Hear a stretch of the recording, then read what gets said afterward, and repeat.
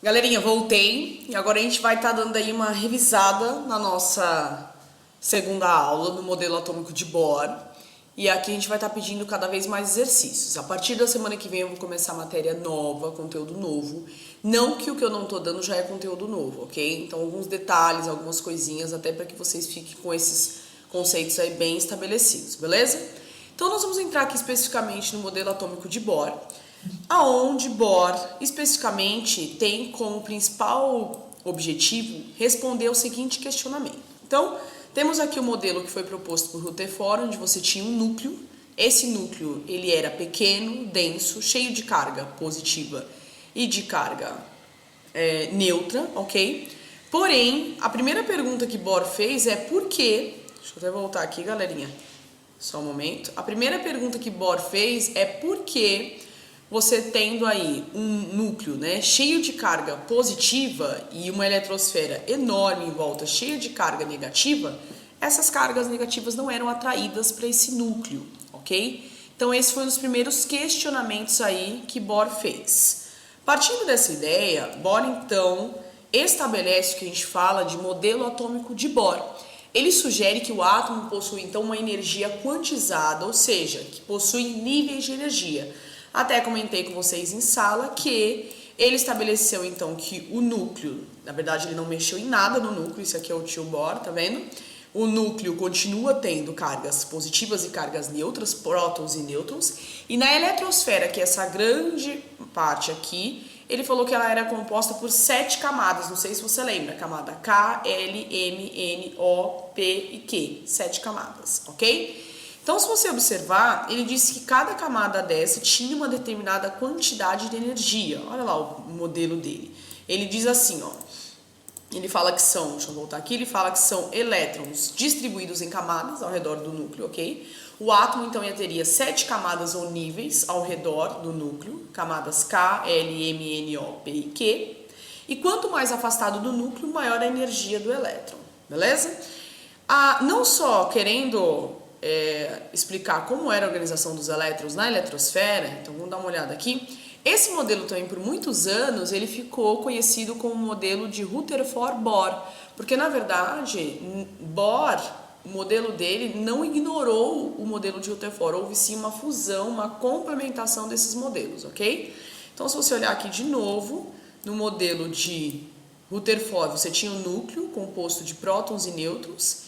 Vem Bohr e explica que esses elétrons não estão de maneira desorganizada na eletrosfera. Eles estão em quantidades, né, em camadas ou níveis de energia, aonde cada camada dessa, ele coloca uma letra, e ele diz que cada camada dessa cabe uma determinada quantidade de energia. Vamos lá relembrar?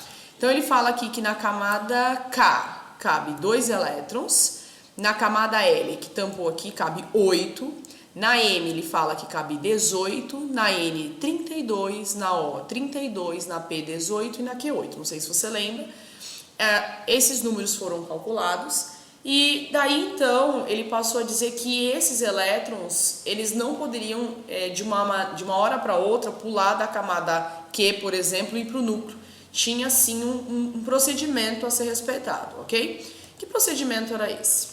Esse procedimento aqui era chamado então de excitação eletrônica. Vou até voltar aqui então, veja como é que ficou aí. Então temos as 7 camadas, camada K, L, M, N, O, P, Q, os números quânticos 1, 2, 3, 4, 5, 6, 7, aonde na primeira camada só cabe 2, na segunda cabe 8, na terceira 18, na quarta 32, na quinta 32, na sexta 18 e na última 8, ok? Aí se você olhar aqui nos nossos slides aqui interativos, você percebe que são cores coloridas, tá? Dependendo aí da intensidade da quantidade de elétrons, muda aqui a quantidade de elétrons, beleza? O fenômeno que acontece é o fenômeno que a gente chama de excitação eletrônica. Então esses elétrons que estão dispostos nessas 7 camadas, eles não podem de repente pular da última camada para o núcleo, ok? Esse processo da excitação eletrônica acontece exatamente aqui, vou até aumentar para vocês. É um procedimento, né, que acontece em que os elétrons querem migrar de uma camada interna para uma camada mais externa, ou eles querem fazer o processo reverso, que é ir da camada externa para a camada interna, ok? Quando ele vai de uma camada interna para externa, ele precisa, olha aqui, ó, ele precisa absorver energia. Dá uma olhada aqui. Ele precisa absorver energia porque ele está indo, por exemplo, a camada K só cabe 2 elétrons, a camada L cabe 8, de 2 para 8 ele precisa absorver energia, absorver elétrons, ok? Lembrando que os elétrons nada mais é do que ondas eletromagnéticas, ok? E aí, no processo ao contrário, quando ele vai voltar de uma camada externa para uma interna, ele acaba emitindo aí uma onda eletromagnética, uma luz que a gente chama de fóton. Dá uma olhada aqui. Então, quando ele vai de uma camada interna para externa, ele libera energia. Perdão, meninos. Quando ele vai de uma interna para externa, ele absorve energia. E quando ele volta da externa para a interna, ele libera essa energia. Essa liberação acontece através de uma onda eletromagnética, um fóton, ok? E aí, dependendo da quantidade de elétrons que esse elemento tem, esse fóton, que é uma luz, ela vai ser emitida com uma determinada coloração. Dá uma olhada aqui, bem interessante esse gráfico aqui. Então, nesse primeiro caso aqui, ó, você vai observar que, nesse primeiro caso, foi elétrons que saltaram do terceiro nível para o segundo, então eles estão voltando de uma camada externa para a interna. Quando esses elétrons eles vão de uma camada externa para interna, nesse caso, é um elemento específico, ele libera a cor vermelha, tá? Nesse outro caso, quando salta do quarto nível para o segundo, ele libera essa coloração azul, tá? Verde azulada, perdão. Nesse caso, do quinto para o segundo, libera essa coloração azul. Do sexto para o segundo, perdão, libera essa coloração violeta, ok? Professora, todos os elementos vão emitir a mesma quantidade, a mesma luz, a mesma cor? Não, porque a luz apresentará a cor característica de cada elemento. Cada elemento ele tem uma quantidade de elétrons. Esses elétrons eles vêm da onde mesmo? Do número atômico, lembra? São 118 números. Cada elemento químico tem um número atômico. O número atômico é igual à quantidade de prótons, que é igual à quantidade de elétrons, se o elemento for estável, né? For eletricamente neutro, obviamente. E aí, dependendo do elemento, ele vai ter aí uma coloração diferente. Esse fenômeno também, ele foi observado por esse cara aqui, Robert Bunsen, em 1860. Ele submeteu alguns elementos a um teste chamado de teste da chama. Na hora que ele submeteu esses elementos ao teste da chama, dá uma olhada, ele conseguiu observar aqui, ó, quando ele queimou um pedaço de lítio, que é o metal, saiu a coloração vermelha. Quando ele queimou um pedaço de sódio, ficava uma coloração amarelada. E quando ele queimou aqui um pedaço de cobre, ficou essa aqui verde azulada, tá? E aí, esse teste da chama, ele ficou bem famoso, ok? Você tem aqui, ó, do lado, os principais elementos, as principais cores. Dá uma olhada aqui.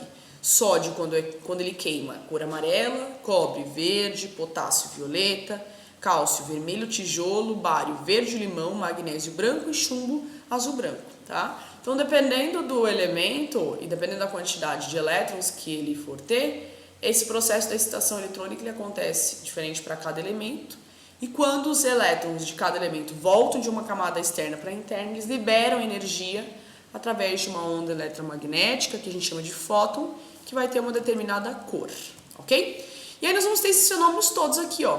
As cores observadas aqui no teste da chama, ele é resultado dessa excitação eletrônica de elétrons migrando de uma camada externa para interna.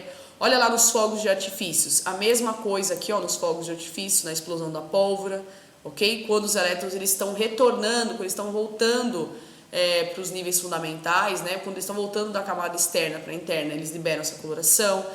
Não sei quem já viu também aí, ó, alguns letreiros de gás neon, essa coloração bonita, também se dá em decorrência aí dessas características, ok? E aqui você tem vários exemplos de processo de excitação eletrônica. Estou colocando aqui só para vocês, por curiosidade, você tem luminescência, fluorescência, fosforescência, quimioluminescência e bioluminescência, tá? É só por um quesito de curiosidade, você pode até olhar depois mais especificamente, dar uma olhada na sua casa quando você for estudar. Todos os slides eu vou subir no portal, beleza? Então aqui, ó, aquelas luzinhas que você comprava quando era criança, que sua mãe grudava no teto, se apagava a luz, durante o dia ela absorve a luz natural, tá? E aí quando você apaga a luz ela começa a emitir. Não é a noite inteira, mas ficava um bom tempo. Olha, esse daqui, ó, é um local onde tem aqui, num lago, alguns tipos de algas que elas emitem essa coloração. Olha esse daqui, ó, dentro de um laboratório aqui, como se fosse uma substância que a gente chama de luminol, bem interessante. Aqui com esses bichinhos, eu não sei se vocês já assistiram aqueles documentários que mostra que alguns animais eles emitem luz dentro do oceano em temperaturas não, em locais muito profundos, totalmente escuro, ele consegue emitir luz, ok? E aí, nós vamos ter aqui o modelo atômico de Sommerfeld, que é o último, que foi proposto em 1916, o último que eu vou estar falando, tá? Tem mais. E ele só ajustou um pouco o modelo atômico de Bohr. Ele entendeu então que as camadas ou níveis de Bohr eram formadas também por subcamadas. Foi esse cara que determinou isso, lembra? Lá depois que Linus Pauling vai usar o diagrama, mas antes do diagrama, quem propôs que além daquelas 7 camadas K, L, M, N, O, P, Q, teriam mais subcamadas foi Sommerfeld, ok? E aí ele propõe essas subcamadas, que a gente chamou de subcamada S, P, D e F, lembra? E aí a gente consegue construir o nosso diagrama. Não sei se você lembra aqui, ó, a subcamada S cabia quanto? 2 elétrons, a P 6 elétrons, a D 10 e a F 14. Aí eu montei na sala de aula com vocês, lembra? Na lousa, tudo certinho. Por que na primeira camada só tinha S, porque só cabia 2, na segunda é SP, porque tem que caber 8, e assim por diante. A primeira cabe 2, 8, 18, 32, 32, 18 e 8, ok? Isso tudo a gente já tinha visto. E aí a gente chega então no famoso diagrama de Linus Pauling, que ele criou em 1925, esse diagrama, ok? Com o intuito de fazer a distribuição dos elétrons, beleza? E aí tem esse lindo, maravilhoso diagrama, que é os exercícios que vocês vão fazer. Alguns eu já tinha solicitado na semana passada, ok? E nós tínhamos parado exatamente aqui, na distribuição eletrônica de íons. Eu lembro que eu comentei com vocês que quando eu tivesse um íon, ou seja, quando ele tivesse carga positiva ou negativa, você vai fazer a distribuição eletrônica normal. Se ele é um cátion, é porque ele perdeu elétrons, aí você ia retirar da última camada. Vamos ver se a gente tem aqui um exemplo. Então, você tem um exemplo aqui do ferro 2+, ok? O ferro 2+ aqui, 2+ é um cátion. Então, quer dizer que ele perdeu 2 elétrons. Você faz a distribuição com o número atômico 26 normal, ok? E aí, quando você termina a distribuição, você sabe que tem que perder 2 elétrons. Da onde que você vai tirar os 2 elétrons? Da maior camada. A maior camada não é a última que você escreve. A maior camada, o maior número, 4. E essa subcamada aqui e a camada quarta desapareceu. E aí sim você tem a distribuição do seu cátion. Quando for um íon é fácil, ok? Galerinha, aqui a gente tem aqui uma evolução dos modelos atômicos. Então começou aí por volta de 400 a.C., o modelo de Demócrito e Leucipo, lembra? Menor partícula. Passaram mais ou menos aí 2.200 anos, dá uma olhada. 2.200 anos vem, então em 1808 o modelo de Dalton, ele que concebe aquela ideia de partícula maciça, indestrutível, sem carga elétrica, tá? Indivisível. Depois de 89 anos vem Thomson, propôs lá que era uma grande massa carregada de carga positiva, que ele não sabia o nome, né, de carregada positivamente com elétrons, ele faz experimentos raios catódicos. Depois dele vem aqui Thomson, tá vendo? 14 anos depois, em 1911, ele propõe o sistema planetário, ele faz o experimento da lâmina de ouro, aí tem núcleo com prótons, eletrosfera. Depois, em 1913, só 2 anos depois, vem aqui o modelo de Bohr, ok? Propõe a divisão das camadas. E por último, o modelo de Sommerfeld, que ele propõe aqui as subcamadas, beleza? E hoje, atualmente, né, o que a gente trabalha é esse aqui, o modelo quântico, né? Que é o modelo dos orbitais moleculares, teoria dos orbitais moleculares. Esse a gente não trabalha. Sommerfeld eu só dei uma pincelada para você entender, ok? Então, só para finalizar aqui, modelo de Dalton, Thomson, Rutherford, Bohr. E aqui já é uma mistura de modelo quântico, modelo de Sommerfeld. Beleza, galera? Fiquem atentos, por gentileza, ao guia de estudo, as orientações, vou passar o descritivo. Vocês têm bastante exercício para fazer, eu vou pedir foto, vou pedir para que vocês façam o upload do arquivo, que nem vocês fizeram semana passada. Qualquer dúvida, a gente pode continuar se comunicando pelo nosso canal do WhatsApp, tá bom? Queridos, boa resolução de exercícios para vocês e até terça-feira com mais conteúdo novo, tá bom? Tchau!